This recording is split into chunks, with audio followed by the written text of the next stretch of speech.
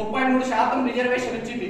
విద్యార్థి పరిషత్తులో కూడా మన పెద్దలు కూడా కొంతమంది సూచిస్తుంటారు, ఏదైతే ఇక్కడ ఉన్నటువంటి మహిళా సంఖ్య కూడా మనం పెంచాల్సిన అవసరం ఉంది.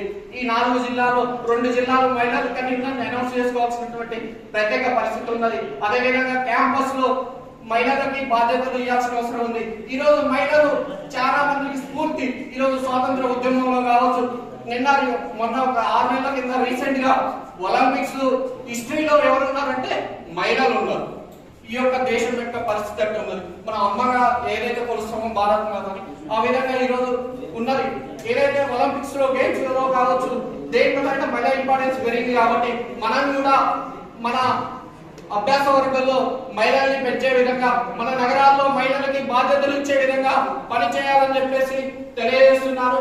అదేవిధంగా ఈ 75 సంవత్సరాల్లో మనం ఏబీవీపీ 2 సంవత్సరాలు అయితే 75 సంవత్సరాలు పూర్తి చేసుకున్న సందర్భంగా 75 రకాలైనటువంటి యాక్టివిటీ ఈ విభాగంలో డిఫరెంట్ గా ప్లాన్ చేద్దాం. అదేవిధంగా ప్రతి క్యాంపస్ లో బైటెక్ జరిగే విధంగా ఈరోజు విద్యార్థి పరిషత్ కళాశాల క్యాంపస్ లో అయినటువంటి ముఖ్యమైనది ఏంటంటే బైటెక్.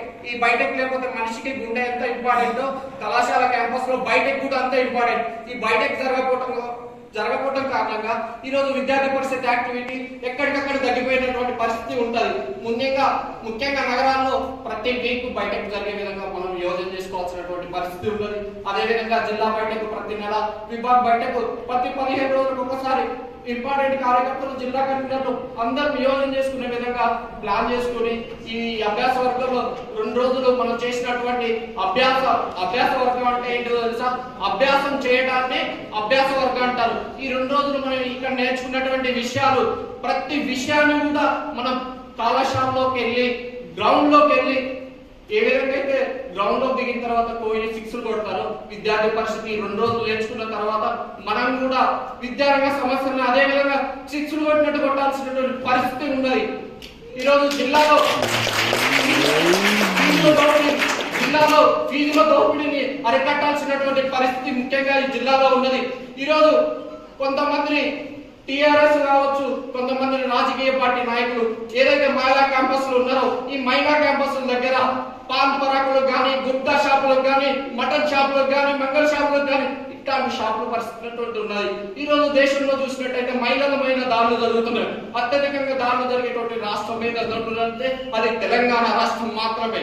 ఈ తెలంగాణ రాష్ట్రంలో ముఖ్యంగా ఆదిలాబాద్ జిల్లాలో ముఖ్యంగా మహిళల పైన దాడులు జరగకూడదు. ముందుగానే మనం విద్యార్థి పరిషత్ ఊహించి అక్కడ ఈ షాపులు పెట్టడం ద్వారా మహిళలకి అనేకమైనటువంటి ఇబ్బందులు వస్తాయి. ఈ ఇబ్బందుల్ని తొలగించాలని చెప్పేసి విద్యార్థి పరిషత్ బాధ్యత వహించి ఆ మహిళా క్యాంపస్ దగ్గర ఏదైతే అక్కడ నిర్మిస్తున్నారో నాన్ బిల్డింగ్ జోన్ గా ఉన్నటువంటి జోన్ లో విద్యార్థి పరిషత్తు ఆధ్వర్యంలో పెద్ద ఎత్తున గత ఒక 20 రోజులుగా ఉద్యమం చేసిన ఫలితంగా ఈ రోజు ముఖ్యంగా అక్కడ గవర్నమెంట్ దిగి వచ్చి, మున్సిపాలిటీ దిగి వచ్చి విద్యార్థి పరిషత్ను ఆహ్వానించి మొక్కలు నాటినటువంటి పరిస్థితి ఈ విభాగంలో ఉన్నది. అదేవిధంగా ఏదైతే కార్పొరేట్ పాఠశాలలు ఉన్నాయో ఇక్కడ నారాయణ వచ్చింది. నారాయణని ఇక్కడ అడుగు పెట్టమని చెప్పేసి పెద్ద ఎత్తున ఉద్యమం చేసిన ఫలితంగా ఈరోజు నారాయణ నిజామాబాద్ గడ్డ మీద అడుగుపెట్టలేనటువంటి పరిస్థితి ఉన్నది. అదేవిధంగా ఈరోజు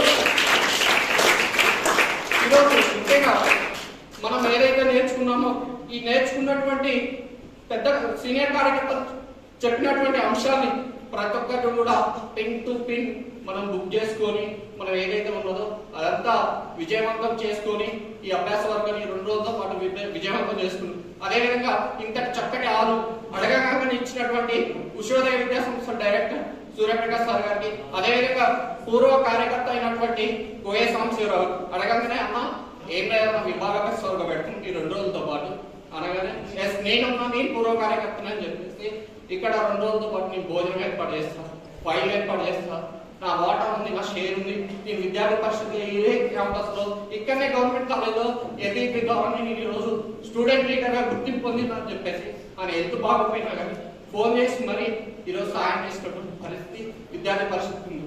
అదేవిధంగా ఇంత చక్కటి అవకాశం కల్పించినటువంటి అందరికీ ధన్యవాదాలు తెలియజేస్తూ ముగిస్తున్నాను. జై హింద్, జై భారత్.